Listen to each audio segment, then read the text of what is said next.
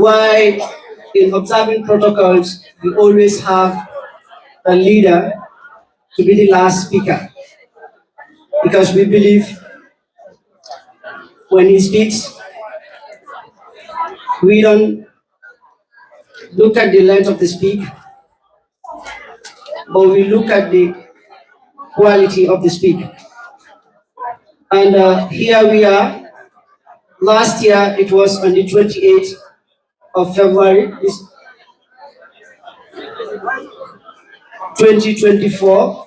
We convened here for such an occasion. And this year, 2025, it is on the 20th of February. And of course, a date that's worth remembering, simply because it's coincide with the Gambia at 60, the golden jubilee of the Gambia as a republic. And here, once again, we join the entire nation of this country to commemorate the gold or the diamond jubilee of the Gambia through such an occasion. And I believe it's an occasion that will go down through the history lane. And one thing that is important is like a true leader, when you are setting bars, you set it high so that your successors would find it very, very difficult to bring that bar down. And that's exactly what the current leadership of the Brikama Areas Council is doing. It was 500,000 on the 28th of February 2004. On the 20th of February 2005, a double amount, $1 million, $28 million to 28 words for regional development. In that juncture, I wish to call on the Honorable Chairman to give a statement on the World Development Fund 2025 of Brikama Area Council. Honorable Chairman.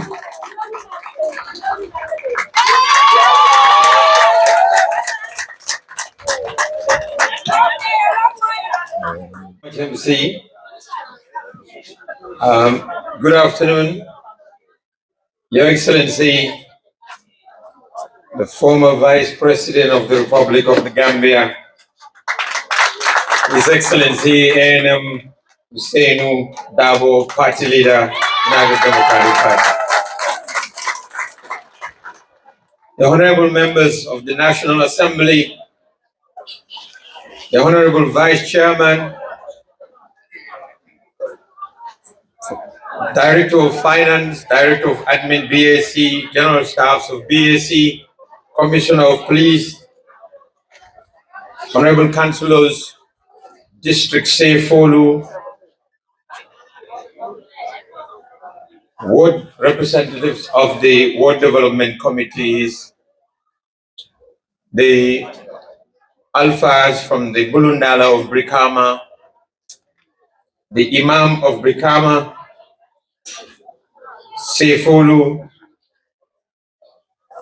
distinguished ladies and gentlemen, the Commissioner of Police and the Commissioner of Fire Service Brikama or West Coast Region, I greet you all, representatives of all the other political parties here present, NPP, APRC, Yes to Alliance, and APRC, No to Alliance, members of the media fraternity, Jalibach, and all the entertaining Jalos here present, I greet you all. On behalf of the Brikama Area Council, and indeed my humble self, we are delighted to welcome you all to another August gathering at Brikama Area Council today, 20th February 2025. to witness yet another significant milestone in this region, which this is the second time we are witnessing such an occasion. Brikama Area Council is one of 8 local government administrative authorities we have in the Gambia, overseeing the region of West Coast region.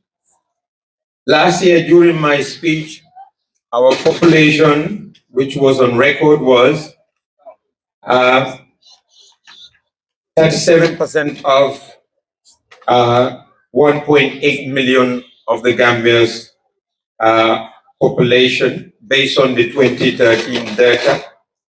And that represents 699,704 inhabitants, with an annual growth of 6.12%.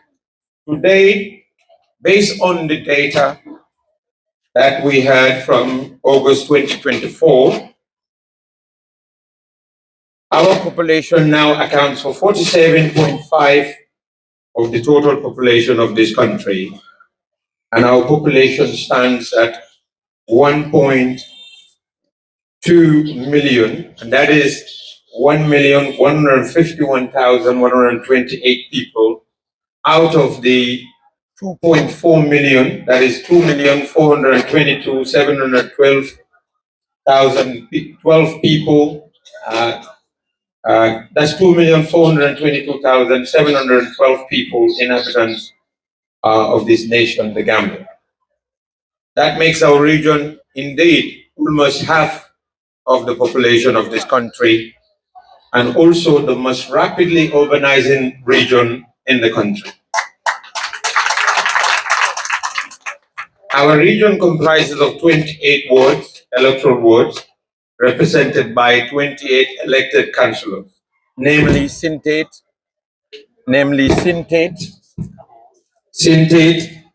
Wasadu, Mayok, Bantanjang, Kanelai, Buyam, Kusamai, Sibano, Somita, Bulok, Kafuta, Pirang, Jiboro, Kembuje, Nyambai, Suba, Marakisa, Katong, Gunjur, Sanyang, Sukuta, Bijilo, Burfoot, Java, Kunkujan Ketea, Wellingaranema, Lameng, and Banjulundeng.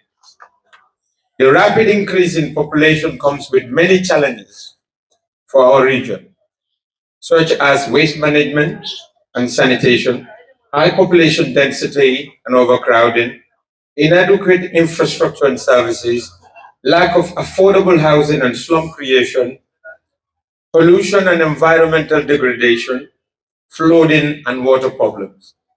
It is towards mitigating these challenges that we initiated what we call the Ward Development Funds for the 28 wards of our region, in order to enable our council to register development projects in each and every ward of our region annually.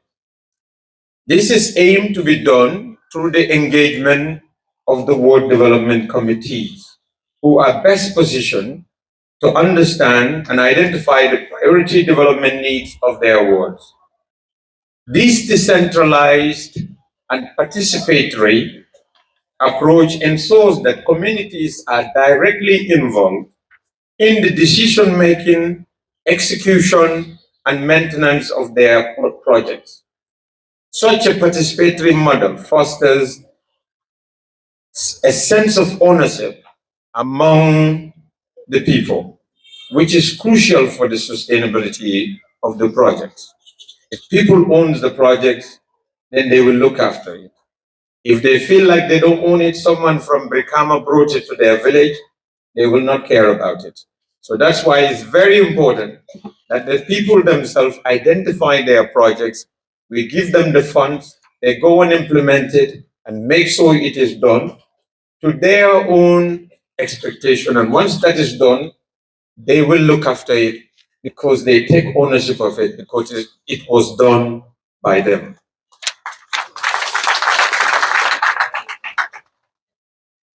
This decentralization model further ensures that every ward of our region receives a fair share of our region's limited resources and revenues mobilized annually by this council.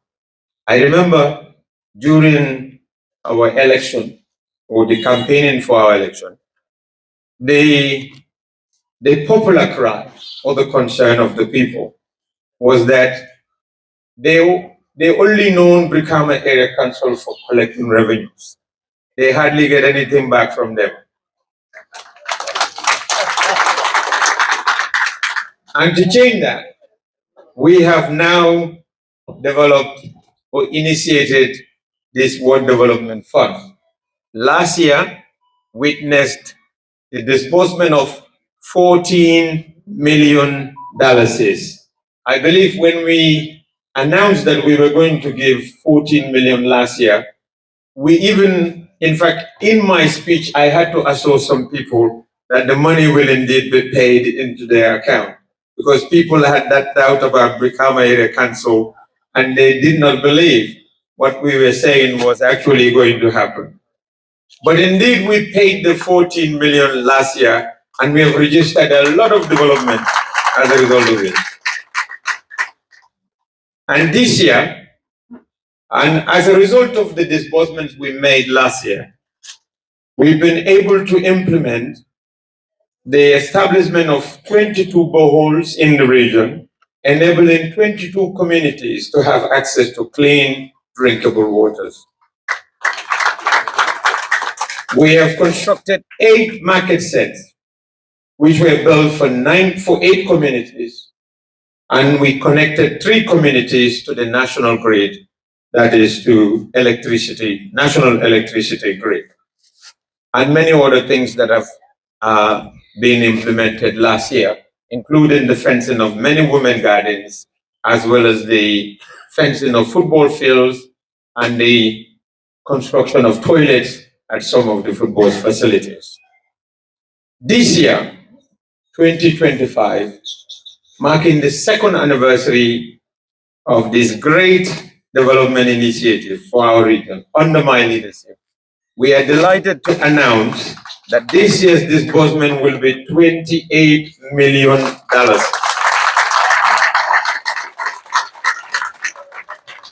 which means every ward will receive $1 million. In 2 years, we have returned back $42 million to this region.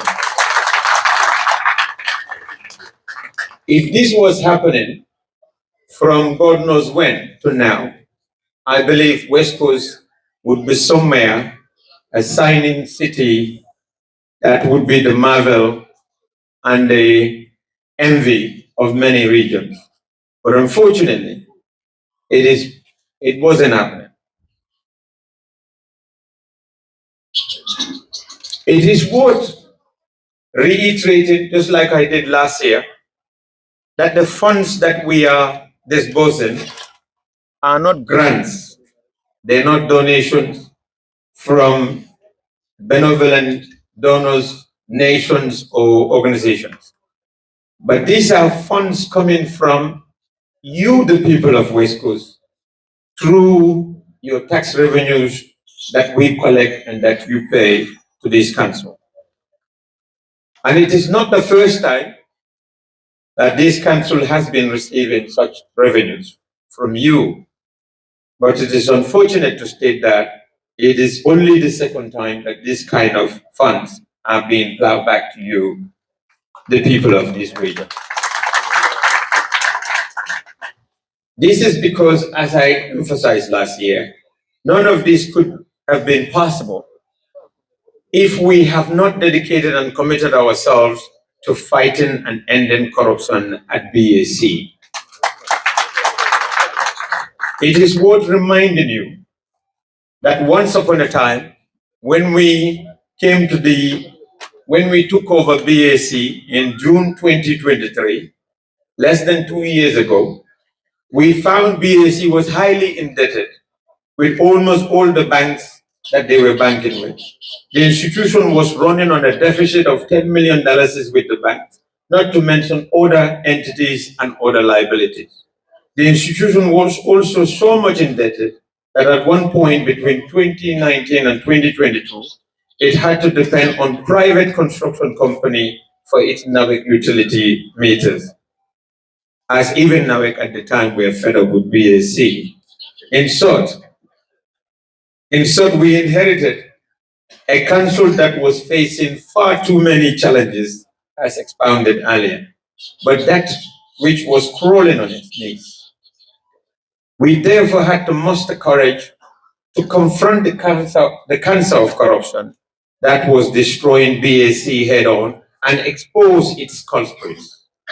We took the necessary action incumbent on us and sought the assistance of the central government, but instead instead of assisting us, we were vilified and victimized. We can all recall what happened on the 5th of December 2023 when the police descended on our council premises, arresting all of our honorable councillors and detained them at Banjulumbing anti-crime camp for 2 days.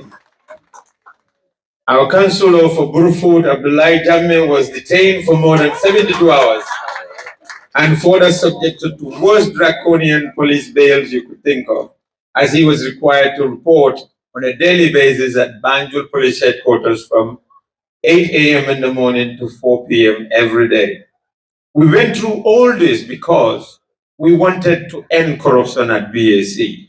If we had conformed to the system that we inherited here, we would not have probably gone through all of that. But we would not have been able to afford 14 million last year, neither would we be able to afford 28 million this year. Furthermore, we would not have been able to create 214 jobs to young people in the region. Neither would we have been able to sponsor or provide scholarships to 300 students as we did in 2024. And this year, we're increasing that number from 300 to 600 students.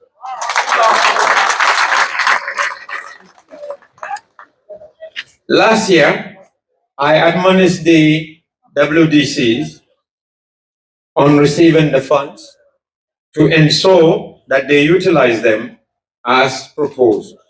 Today, I am happy to report that a great majority of them have indeed adhered to the same. For those reasons, I wish to take the opportunity to thank every member of the WDCs here present and those that are not here.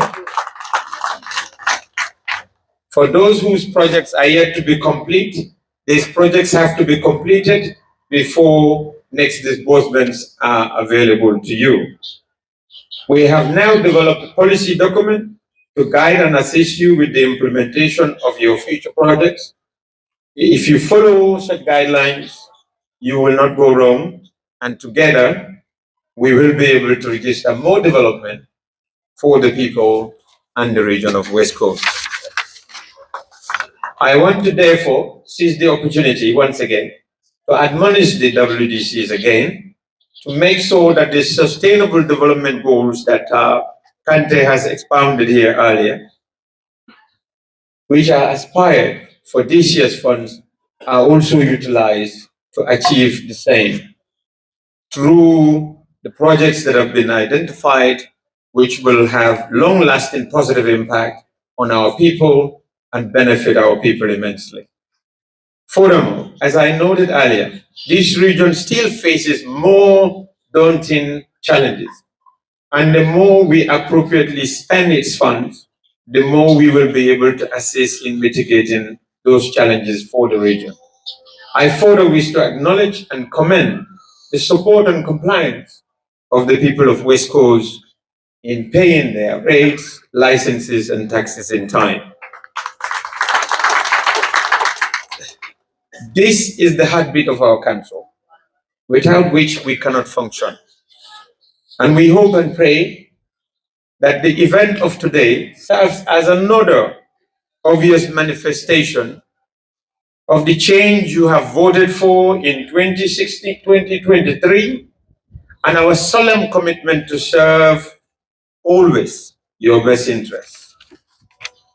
We count on your continuous support for this council to ensure that we are able to eradicate corruption and ensure that we overcome the many daunting challenges facing our region. As I stand before you, it is unfortunate to state that the central government has not been providing any development subvention to us since 2023. They have not even been paying their rates. Neither have they been making their geology contributions to BAC. However, even without those funds, but with the support of our people and our region, we are progressing and we are registering development in our region. I further want to seize the opportunity to thank my colleagues, the councillors, both elected and nominated, whose unflinching support continue to register this milestone achievement being witnessed again today and hopefully in another day in February 2026, at which point we hope we will be disbursing $56 million.